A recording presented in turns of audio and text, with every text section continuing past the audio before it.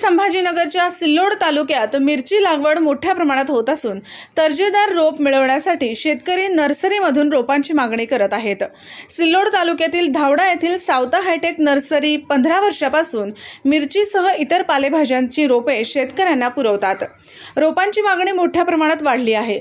या नर्सरीत रोपांचे संगोपन कशा प्रकारे केले जाते, दीपक लक्ष्मण दळवी यांच्याशी संवाद साधून याबद्दल गावदर्शन लाईव्ह ने घेतलेला हा special report. Savata hitech nursery, Murdeshwar road, Dhawada, taluka Sillod, जिल्हा छत्रपती संभाजीनगर या ठिकाणी आपण आलेलो आहे।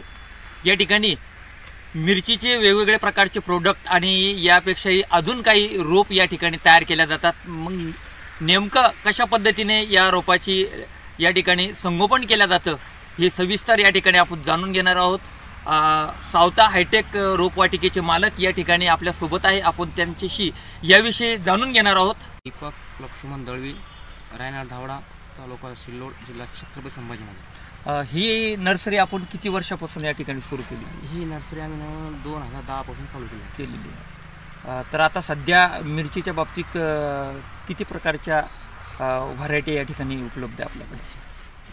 मिरचीच्या व्हरायटी कसं आहे, शेतकऱ्याला डिपेंड आहे। कोणी कुठले कोणी तसे व्हरायटी प्रत्येक व्हरायटी उपलब्ध आहे, पण तशी शेतकऱ्यांनी दोन महिने पहिले बुकिंग केली असते, त्याच्या मागणीनुसार रोप मिळतात। आता एप्रिलमध्ये आपल्या भागामध्ये मिरचीची लागवड केली जाते, ती केव्हा केली जाते आणि किती रोपांची या ठिकाणी आपल्याकडे मागणी झालेली आणि किती रोपं या नर्सरीतून गेलेली?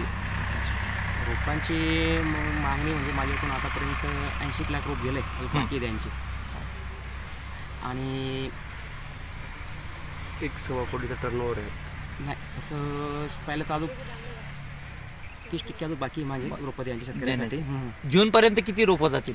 जूनपर्यंत 1.5 पर्यंत मिरची म्हणलं तर 2 कोटीची 2 कोटी। आतापर्यंत आपली जे मिरचीची रोपं आहे संभाजीनगरसह इतर कुठल्या भागामध्ये आपले रोपं गेलेली? तसे महाराष्ट्रामध्ये कुटुंब रोप जाते, महाराष्ट्र, गुजरात, MP भरपूर ठिकाणी रोपं जातात आमचे। असं नाही की जवळपास सीझन तर आपलं हेच आहे जवळचं, म्हणजे आपल्या भागामधलं सध्या शेतकऱ्यांना। नंतर मध्ये कसं असतंय, मग तांबडा चालू होते बघा, कन्नड, वैजापूर त्या साईडला, नंतर मग आपलं नंदुरबार चालू होते मिरची, नंतर मग आपलं MP चालू होते। असं वेगळे सीझन प्रमाणे वेगवेगळे रोपं ऐकल्या जातात। मिरची व्यतिरिक्त आपण कुठले रोपं या ठिकाणी शेतकऱ्यांसाठी उपलब्ध करून देतात? मिरची आहे, टमाटा आहे, फ्लॉवर आहे,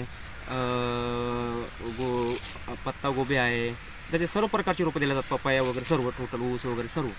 आता किती वर्ष झाली आपल्या या नर्सरीला? आपण सांगितलं मला 15 वर्ष झाले। 15 वर्षापासून हा आपला व्यवसाय। आता नेमकी मिरचीची हे जे रोप तयार करतात याबद्दल सविस्तर मार्गदर्शन शेतकऱ्यांना तुम्ही काय सांगाल? कशा प्रकारे करतात, काय काय प्रक्रिया करावं लागते? अच्छा, मिरची जसं तर मिरचीला 35 दिवस लागत आहे, आणि 35 दिवसामध्ये कसं आहे, सर्व त्याला आपण समजा 19 असेल, 12 असेल, 13 हे सर्व भूमिका असेल, ट्रायकोटमा असेल, सोडोका असो, हे सर्व रोपांना द्यावं लागतात। त्याच्यामुळे रोपांची काय असते, क्वालिटी चांगली असते आणि शेतकऱ्याला नंतरमध्ये एवढं त्याच्यावर खर्च करायचं काम नाही पडत। तुम्ही एक सुशिक्षित बेरोजगार आहे आणि हा व्यवसाय तुम्ही निवडलेला आहे, तुमचं शिक्षण हे फक्त 10वी झालेलं आहे। आज फार मोठा आदर्श तुमचा हा महाराष्ट्रात घेण्यासारखा आहे, तर तुम्ही सुशिक्षित बेरोजगारांना या व्यवसायाबद्दल काय सांगाल? माझं एकच म्हणायचं बेरोजगारांना की कुठल्या बी जिद्दीनं काम करायचं आणि कुठला व्यवसाय करा, कुठला व्यवसाय यश आहे, पण काय हे 5 वर्षे 10 वर्षे लागतात यशाला कुठल्या धंद्यामध्ये। टाकल्याबरोबर धंद्यामध्ये कुठल्याच धंद्यामध्ये यश येत नाही सुरुवातीलाच, आपल्याला खूप मेहनत करावं लागते। मग एकदा काय एकदम सेट झाले का मग बरोबर चालते, त्याच्यामध्ये काही इतकं अडचण येत नाही। गावदर्शन लाईव्ह प्रतिनिधी गणेश शेळके, छत्रपती संभाजीनगर।